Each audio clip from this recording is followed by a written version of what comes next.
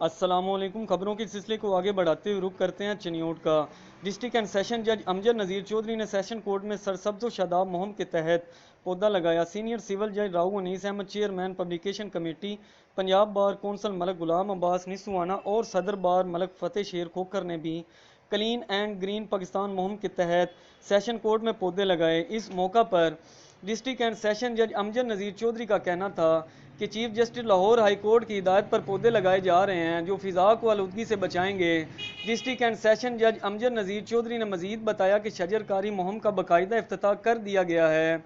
सरसब्ज़ो शदाब मुहिम के तहत जुडिशल कॉम्प्लेक्स बुआना और लालिया में भी पौधे लगाए जाएंगे। डिस्ट्रिक्ट एंड सेशन जज अमजद नज़ीर चौधरी ने वकला और शहरियों से दरख्वास्त की कि हर कोई अपने हिस्से का पौधा ज़रूर लगाएं। Report Faisal Aftab, DK bureau chief, 48 news TV Chiniot.